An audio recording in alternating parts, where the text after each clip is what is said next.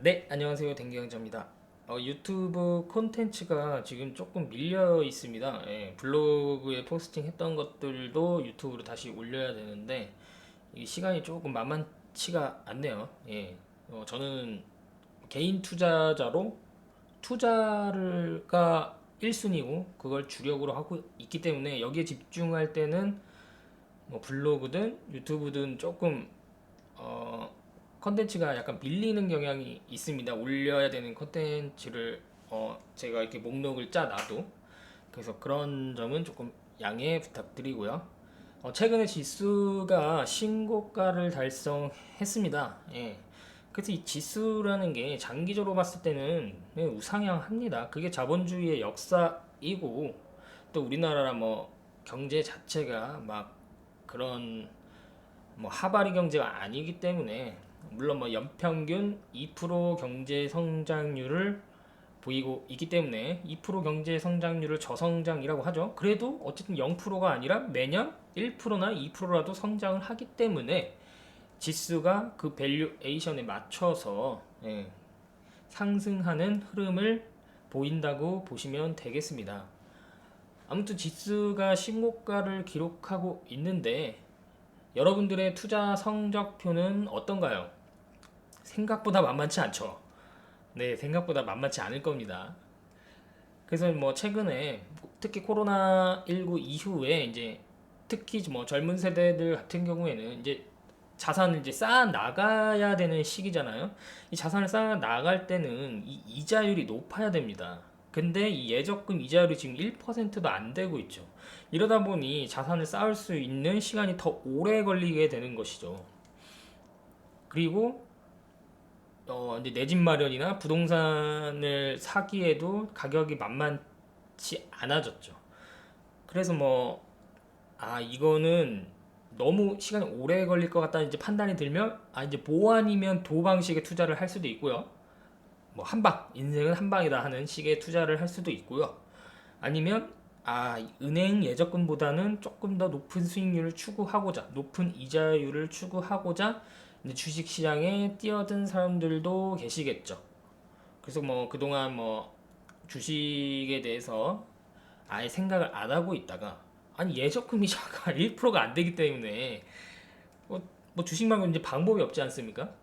그래서 이제 뛰어드신 분들도 계시겠고 그리고 아무래도 뭐 주식에 대해 모르고 뛰어든 상황에서 생각보다 이게 뭐 아무리 시장이 좋다고 하더라도 만만치 않을 겁니다.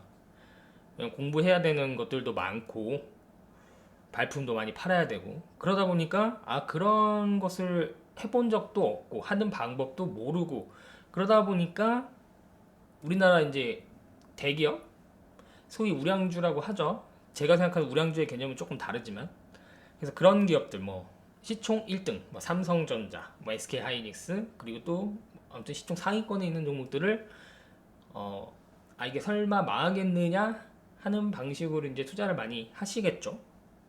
아니면 뭐 최근에 ETF도 그런 식으로 투자를 하시는 분도 계시겠고. 그래서 이제 최근에 지수 신고가인데 이런 기사를 보면 주변에 돈 번 사람이 없다. 지수는 시장은 오르는데 왜 뭐 개미 수익률은 왜 개미란 단어를 그렇게 쓰는지 모르겠어요. 개미 수익률은 역주행을 하느냐 이런 부분 그래서 한번 기사를 한번 볼까요? 그래서 뭐 쭉 보면 올해 투자자별 순매수 상위 10종목을 보시면 뭐 개인은 이런 종목들을 많이 샀고 외국인은 이런 종목들을 많이 샀고 기관은 이런 종목들을 많이 샀다. 그 보시면 전부 대기업이죠. 그리고 시가총액이 높죠.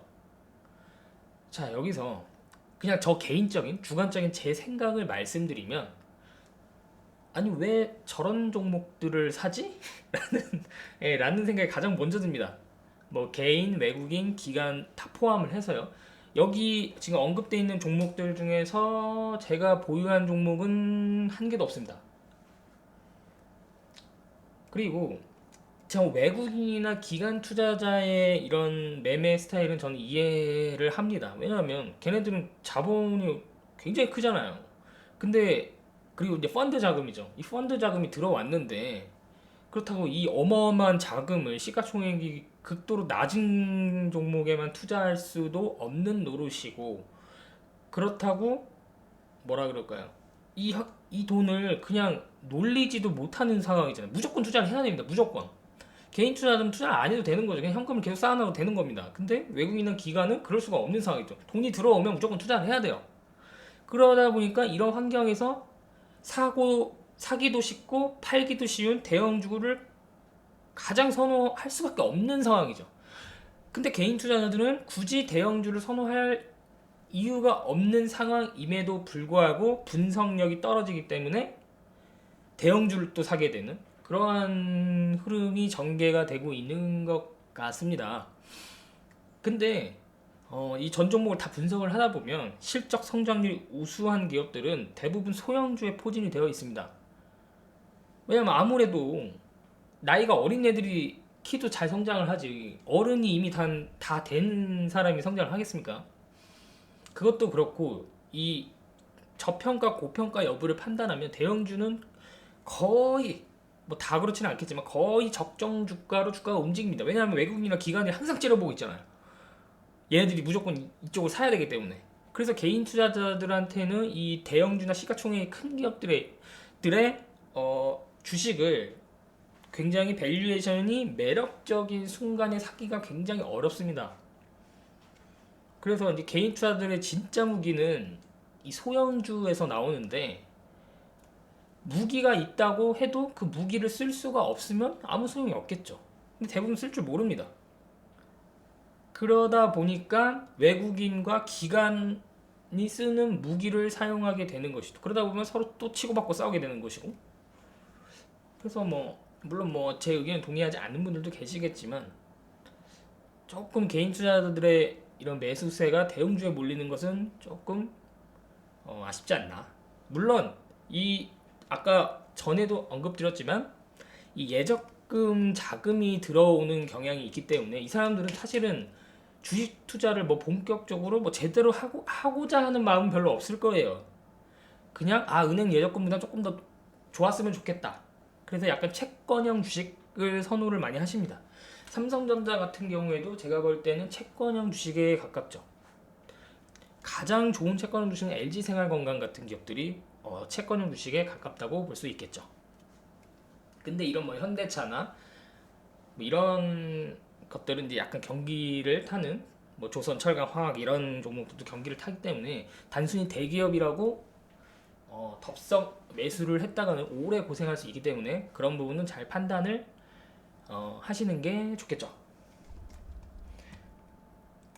다시 넘어가면, 그래서 이제 사람들이 이제 우량주에 투자를 하죠. 왜냐하면 지금 예적금 자금이 들어왔는데 이걸로 부실주를 투자하겠습니까?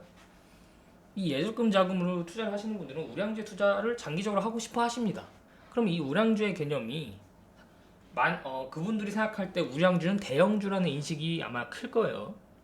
근데 단순히 시가총액이 크고 대형주라서 우량한 게 아니라 진짜 우량주의 개념은 과거가 뭐죠? 전년 대비죠. 전년 대비 또는 전년 동기 대비 돈을 더 잘 버는 기업들, 그런 기업들인데, 그리고 앞으로도 잘 벌 것으로 기대가 되는데 주가가 반영하지 못한 종목들을 우량하다고 하는 겁니다. 제가 생각할 때는. 근데 대부분 이렇게 돈을 잘 버는 기업들이 만약 대기업이다, 대형주다, 그럴 경우 주가가 대부분 다 반영이 되어 있습니다, 이미. 왜냐하면 그거를 가만히 놔두지를 않습니다, 기관과 외국인이. 그래서 얘네들이 놓치는 부분은 바로 소형주, 중소형주에 많다. 근데 개인 투자들이 이 중소형주를 분석하기가 시간도 오래 걸리고 굉장히 좀 좀 발품도 많이 팔아도 좀 그렇습니다. 그러다 보니까 그냥 뉴스 보고 그냥 살래, 차트 보고 살래, 그냥 대형주니까 살래, 이런 식으로 되면 조금 위험하다고 저는 생각을 해요. 뭐든지 이게 귀찮아지면 위험합니다. 자기 손으로 무조건 손품을 팔아야 돼요. 그래서 이 우량주에 대한 개념을 여러분들이 다시 한번 생각을 해보는 그런 계기가 이번 콘텐츠를 통해서 됐으면 좋겠습니다. 대형주, 우량주 이거 아닙니다. 과거보다 돈을 잘 버는 기업, 근데 주가가 아직 저평가된 기업들이 우량하다, 우량주라고 볼 수 있겠죠. 그래서 시가총액과 전혀 상관이 없다라는 겁니다. 시가총액이 500원이라도 500억 원이라도 돈을 잘 벌고 주가 저평가되어 있으면 우량주라고 볼 수 있겠죠.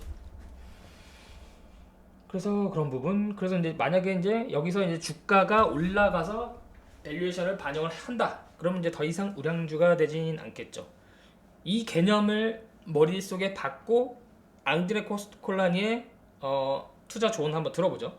우량주 몇 종목 산 다음에 수면제를 먹고 몇 년 동안 푹 자라. 예. 자기 투자 하라는 거죠. 그래서 이 코스톨라니가 말한 이 우량주는 제가 말한 우량주의 개념과 비슷할 것이라고 저는 생각을 합니다. 그래서 이 수면제 먹고 자라는 것은 최근에 그 강방천 회장님도 이런 비슷한 말씀을 하셨는데 이 의미는 그러니까 오래 보유하고 기다려라 하는 말이에요. 왜냐하면 주가가 내가 사고 다음날 바로 오르지는 않잖아요. 아무리 우량주를 샀어도 시간이 걸린다는 겁니다. 그래서 이 말을 수면제라는 말을 통해서 전달을 한 것이죠. 그렇고요. 그래서 이 선물 인버스 이런 것들을 매수는 안 하셨으면 좋겠어요. 예, 이거는 이제 시장을 예측한다는 말인데 이 인버스를 산 개인 투자자들도 뭐 그냥 산 분들도 있겠지만 나름대로의 근거가 있습니다 다. 예, 근데 그 근거가 논리가 명확함에도 불구하고 시장 예측이 틀려버립니다. 그게 시장이에요.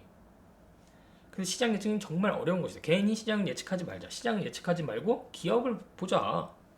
예, 그 말씀을 드리고 싶고요. 기업을 안 보면 시장을 보게 되고 시장에 민감하게 반응을 하게 됩니다. 그래서 뭐 전날 미국장이 떨어졌으니 오늘 뭐 큰일 났다느니 뭐 금리 인상이 돼서 이제 주가가 빠질 것이라느니 테이퍼링이 온다느니 그러다 보니까 기업 가치를 모르다 보니까 시장에 집중하게 되고 시장에서 계속 뭐 이런 뉴스들이 나오니까 언제 손절을 할 것인가를 고민을 하죠.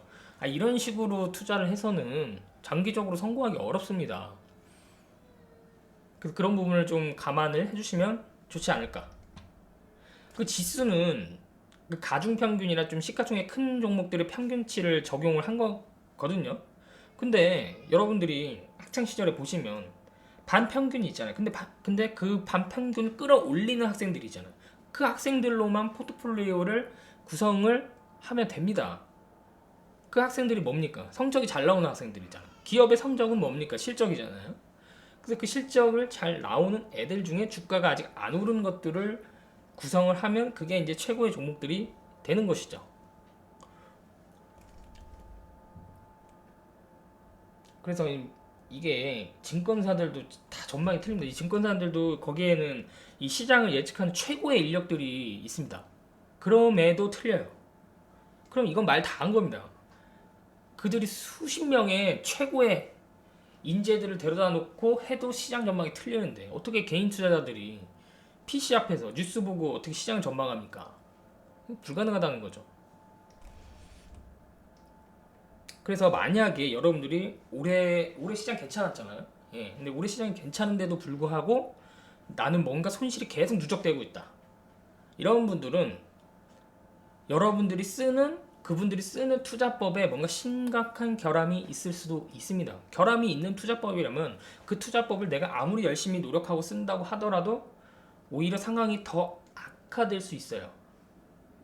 왜냐하면 설계도 자체가 불량이기 때문에 그 설계도를 가지고 열심히 건설을 하더라도 나중에 붕괴되겠죠.